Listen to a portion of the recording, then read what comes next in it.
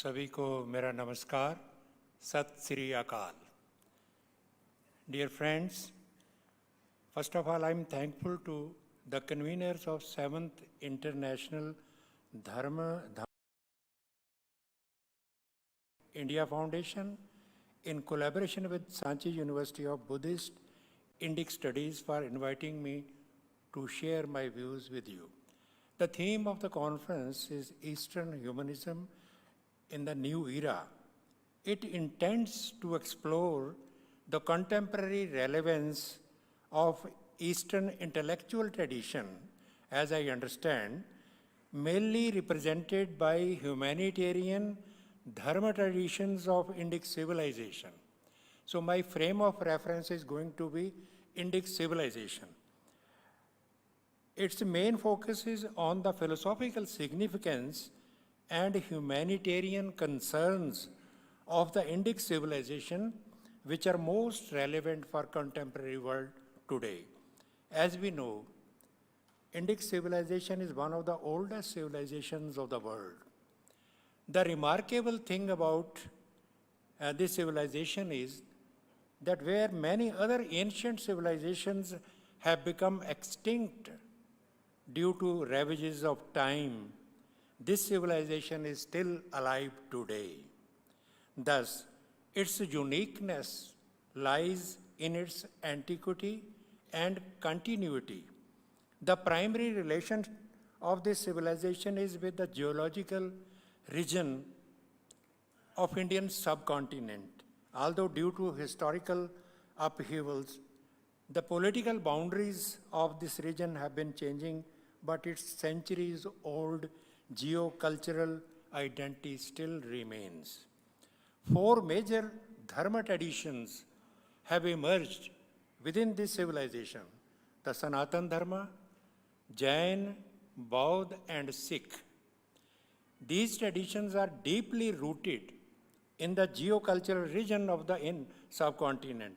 Sanatan Dharma is the oldest tradition of this civilization, and Sikhism the latest. These 4 Dharma traditions have also emerged as independent global traditions, and they have established their own independent self-identity, no doubt about it. At the same time, they exemplify an excellent model of unity in diversity. In the Indian context, having essential differences of Panth, Mat, and other things, these Dharma traditions collectively share and participate in the core concerns of Indic civilization.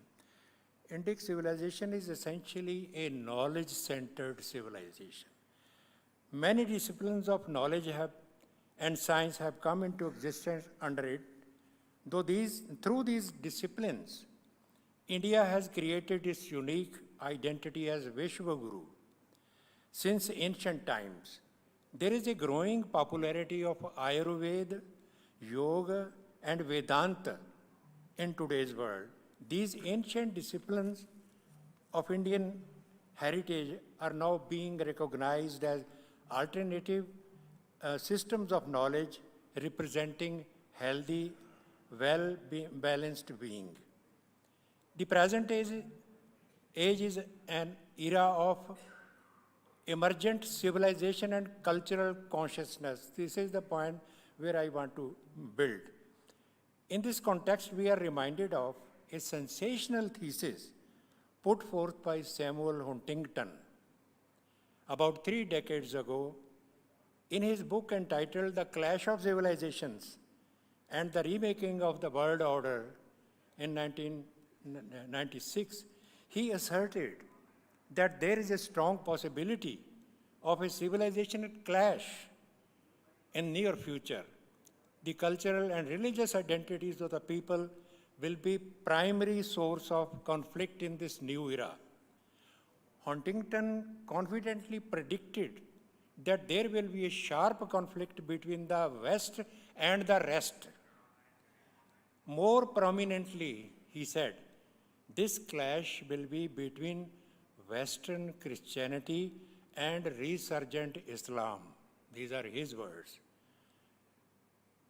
And as both Christianity and Islam are proselytizing religions, they assert their exclusive right to truth and are intolerant of others. This is a fact.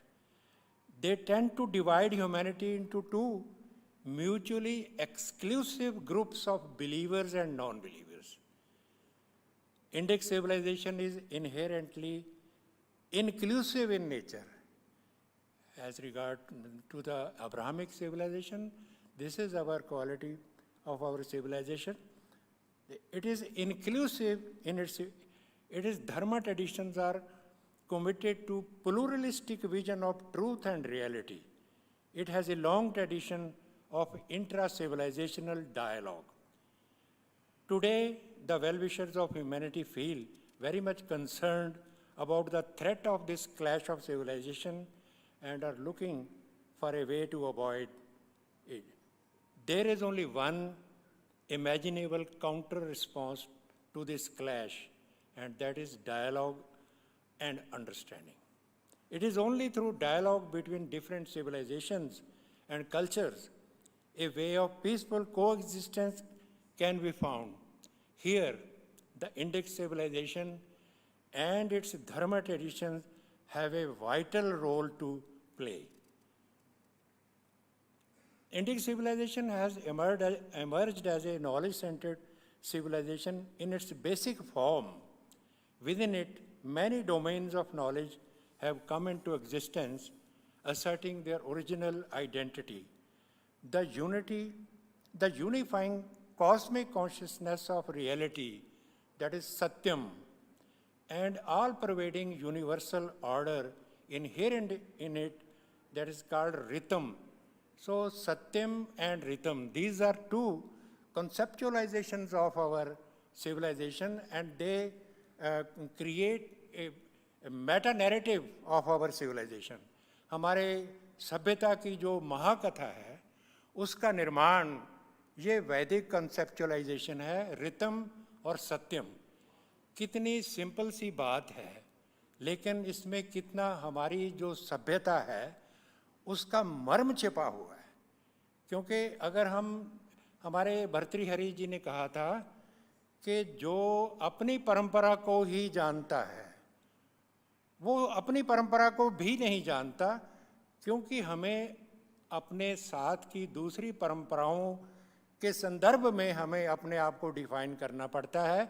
तो मैं ये समझता हूँ कि आज हमें अपनी Indic civilisation की जो आइडेंटिटी है, उसकी जो कंप्लीट उसकी कॉन्फ़िगरेशन है, उसको कंपैरेटिवली अब्राहमिक सिविलाइजेशन के साथ मिलाकर देखने की ज़रूरत है. तो इसमें तो हम कहेंगे कि जो हमारी जो सिविलाइजेशन है वो नॉलेज सेंटर्ड है, लेकिन अब्राहमिक जो रिलीजन्स हैं they are faith based. This is the basic difference. So you will find that in Christianity and in Bible and Quran we find commandments, but this is not the case with our knowledge texts. In the Rig Veda, from Rig Veda to Guru Granth Sahib, in our knowledge texts we do not call our इनको हम scripture नहीं कहते. In our traditions, we have knowledge texts because they participate in the total conceptualization of reality. I would like to share my views particularly relating to Dharma perspective of Sikh tradition. Guru Nanak Dev is the first Guru and founder of Sikhism, but apart from being founder of a new Panth, Guru Nanak Dev is also one of the prominent medieval saint poets who imbibed the spirit of Renaissance heralded by pan-Indian bhakti movement during the Middle Ages. The eventful era of Indian history signifies a powerful moment of cultural awakening and self-assertion of the Indian mind after centuries of subjugation and suppression at the hands of alien Turk, Afghan and Mongol invaders, and mostly tyrant rulers. The saint poets and gurus emerged on this scene as saviors of perennial values and humanitarian concerns of our civilization and culture. Their primary source of inspiration was classical wisdom of Indic tradition, lying dormant in folk mind. They propagated the message of spiritual enlightenment in the prevalent language, Lok Bhasha. They propagated and resulted in rekindling the integrating and liberating power of universal love in proper consciousness. In Guru Nanak's poetry, we come across Gavo Geet na Birhada, Nanak Brahma Vicharo. So Guru Nanak says about his Bani, Guru Nanak Bani, what is Bani? He says that what I sing is not a poem. It is not. Gavo Geet na Birhada, Nanak Brahma Vicharo. Similarly, Bhakt Kabir also says, Log jane, eho geet hai, e to Brahma vichar. So what is Brahma? Actually, Brahma is the prime symbol of our civilization. As Swamiji has said in the previous keynote session, Brahm is not a simple word. It is a prime symbol. So what is Brahm? Brahm की तीन परिभाषाएं मैं आपको देता हूँ. एक तो है ब्रीह्यते इति ब्रह्म. This is the dictionary meaning. ब्रह्म वह है जो बढ़ के फैल गया, expanding reality. दूसरा है सर्वम खलु इदम ब्रह्म. तीसरा है सत्यम ज्ञानम अनंतम ब्रह्म. तो ये ब्रह्म की जो अवधारणा है, the conceptualization of Brahma is the concept of ultimate reality. It is different from the Abrahamic conceptualization of God, Allah, Yahweh, which is monotheistic God living somewhere else. So that is why the religious traditions belonging to the Abrahamic civilization are called faith-based. अगर faith करोगे तो बात आगे चलेगी, अगर faith नहीं करोगे तो बात आगे नहीं बढ़ेगी. This is not the case with our Dharma traditions. Our Dharma traditions are meditation on the cosmic reality. So this is the main difference between the two traditions. In his philosophical quest for knowledge, Guru Nanak employs a mode of communication and expression. His Bani seems to be a constant creative dialogue with Indian tradition as well as with contemporary reality. तो गुरु नानक वाणी को मैंने पढ़ते हुए देखा कि पहले शुरू में जो मूल मंत्र को आप देख लीजिए. आई एम सॉरी, मेरा इंग्लिश में थोड़ा हाथ तंग है, सो मैं हिंदी में बात करता हूँ. तो उसमें आता है कि एक ओंकार सतनाम कर्ता पुरख निर्भव निर्वैर अकाल मूरत आयुनी सैभन. What is this? ये गुरु ग्रंथ साहब की शुरुआत है. तो इसमें जितनी भी टर्म्स हैं सारी हमारी वेदांत से हैं. एक ओंकार सतनाम कर्ता पुरख निर्भव. तो मुझे फौरन ऋग्वेद की एक नासदीय सूक्त याद आ गया, जिसका मैंने पंजाबी और हिंदी में काव्य अनुवाद किया है. न सदासीनो सदासी तदानीम नसीद रजोनो व्योमा परोयत किम आवरीवा कुकस्य शर्मन्नभा किम आसीद गहनम गभीरम न मृत्यु आसीत अमृतम न तरही न रात्र्याहन आसीत प्रकेता. यहाँ बात आती है आनीत वातम स्वध्या तद एकम, कि जब ये ना तो दिन था ना रात थी और ना सत्य था ना असत्य था, तो तब क्या था? तब वो एक था जो बिना श्वास के सांस लेता, वो एक था. तस्माधानेन परा किमच, उसके बिना कोई दूसरा नहीं था. तो ये बात स्वध्या मीन्स सैभंग और एक means the one total reality. अब मैं इसकी बात करूंगा कि हमारी जो चिंतन परंपरा है जिसमें गुरु ग्रंथ साहिब और ऋग्वेद की एक साम्यता है, उस बात को आज हमें समझने की ज़रूरत है, हमें भी समझने की ज़रूरत है। आज हमें जो पंजाब में अलगाववाद की बातें नज़र आती हैं, हम पढ़ते नहीं हैं। मैं तो 60 साल से, जब मैंने गुरबाणी पे रिसर्च किया से 52 वर्ष पहले, उसी वक्त मुझे पता चल गया था कि गुरु नानक बाणी को समझने के लिए भारतीय दर्शन का ज्ञान होना चाहिए, और भारतीय दर्शन का ज्ञान हासिल करने के लिए संस्कृत पढ़नी ज़रूरी है। इसकी मैं एक मिसाल देता हूँ। इंग्लिश में मैंने पढ़ा, मूल मंत्र का मैंने इंग्लिश में ट्रांसलेशन पढ़ा, एक ओंकार, उसका लिखा God is one.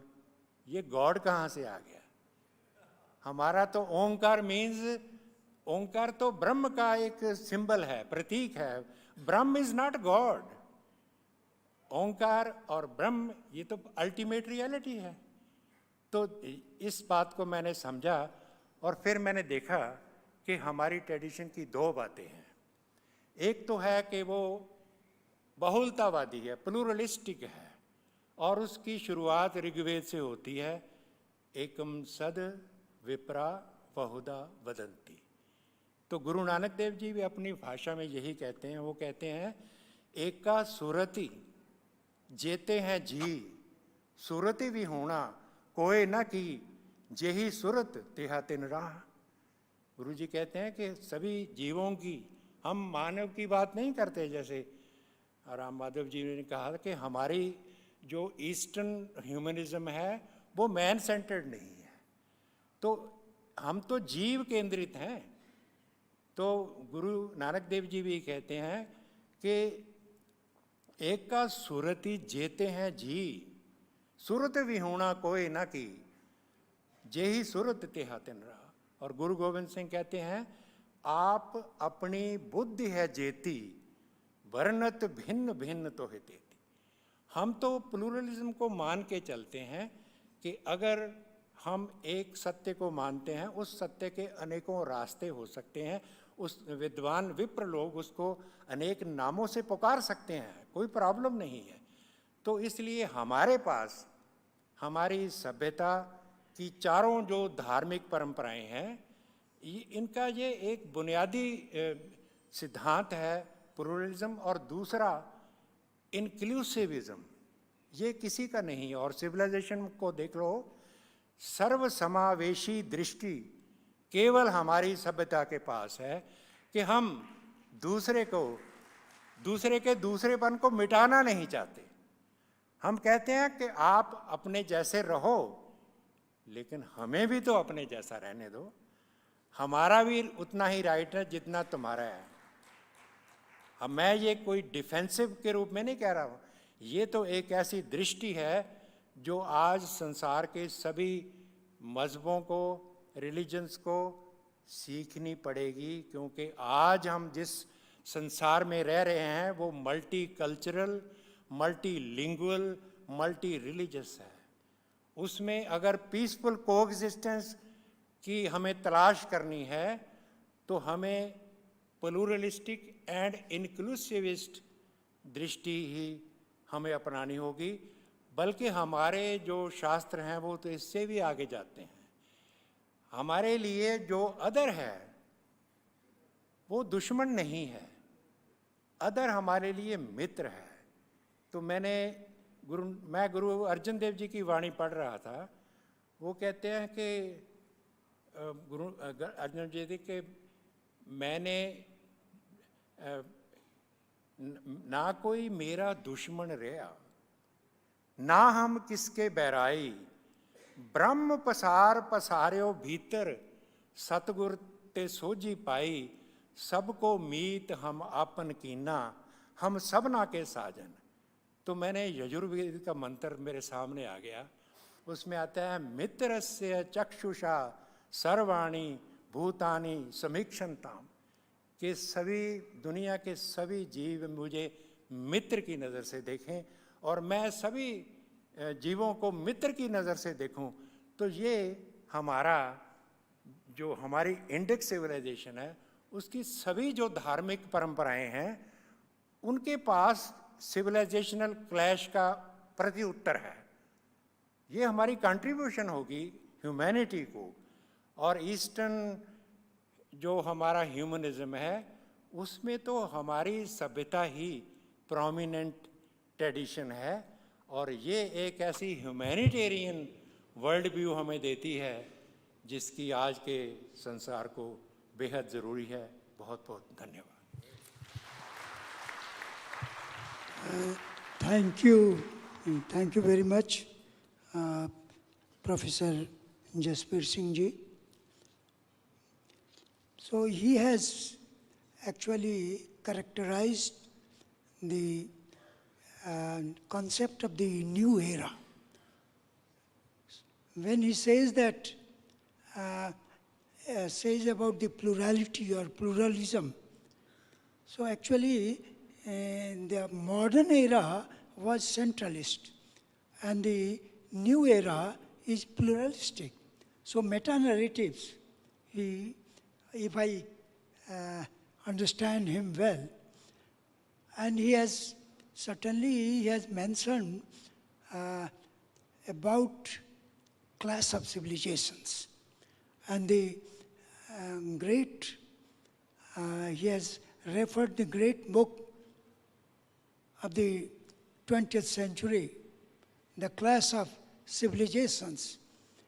And naturally, Karl Marx thought that classes can be on economic basis, but Samuel Huntington, he thought that classes, the world conflicts, will be on the basis of the civilization.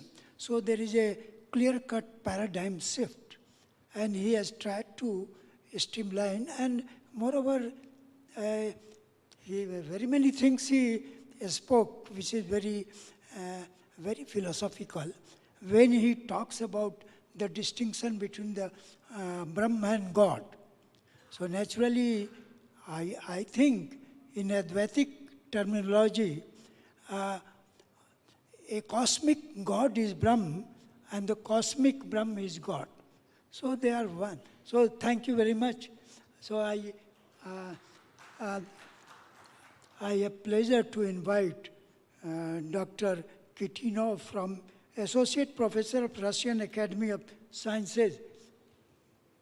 And we have got 15 minutes.